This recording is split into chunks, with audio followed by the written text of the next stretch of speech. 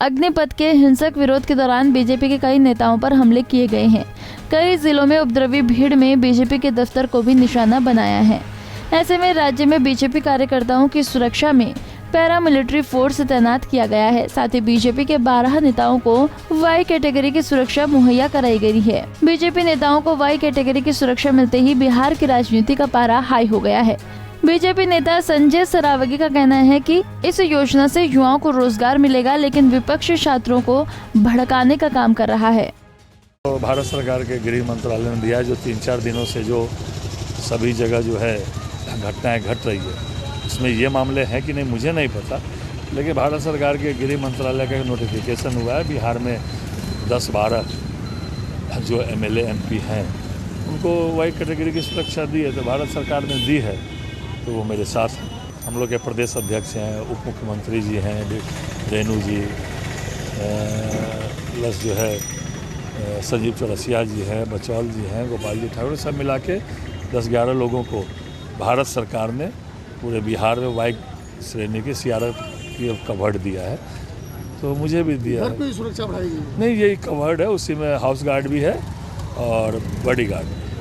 सरकार को कार्रवाई करनी चाहिए, CCTV फुटेज देखना चाहिए। जो ऐसे उपद्रवित तत्व हैं, इसमें जो है राजनीतिक भी नज़र आता है। जिस तरह भड़काया जा रहा है विरोधी दल द्वारा, जिस तरह उकसाया जा रहा है, ये कहीं से भी सही नहीं है। निश्चित रूप से कार्रवाई होनी चाहिए, CCTV फुटेज देखना चाहिए। 30 बरस, 35 बरस, 40 बरस, 50 बरस के लोग हैं, ये तो 21 से 23 तक का ही मामला है। तो यहाँ ना 25 वर्ष के लोग हैं, 30 वर्ष के हैं, 35, ये तो सरासर जो उपद्रवित तत्व मिलके और राजनेता जो विपक्षी दल है जिस तरह भड़काने का काम कर रहे हैं। वहीं उप मुख्यमंत्री तारकिशोर प्रसाद और रेणु देवी सहित 12 नेताओं को भारत सरकार ने वाई कैटेगरी की सुरक्षा मुहैया करवाई है। वहीं JDU प्रवक्ता नीरज कुमार ने कहा है कि उनकी सुरक्षा से ज्यादा जरूरी छात्रों के भविष्य की सुरक्षा है। नीरज कुमार ने कहा कि युवाओं के भविष्य की सुरक्षा सुनिश्चित हो, इस दिशा में सार्थक पहल होनी चाहिए। जो भी उनके मानक है उसके अनुसार उनको दिया गया, इस पर किसी को क्या आपत्ति हो सकती है। वो जाने किन कारणों से उनको सुरक्षा की जरूरत थी, किन कारणों से सुरक्षा दी गई है, लेकिन उससे भी बड़ा सुरक्षा युवाओं के भविष्य को लेकर के, तो उनके मन के अंदर में कोई संशय नहीं रहे, उनके भविष्य की सुरक्षा हो, इस दिशा में हम समझते हैं कि सार्थक पहल होनी चाहिए।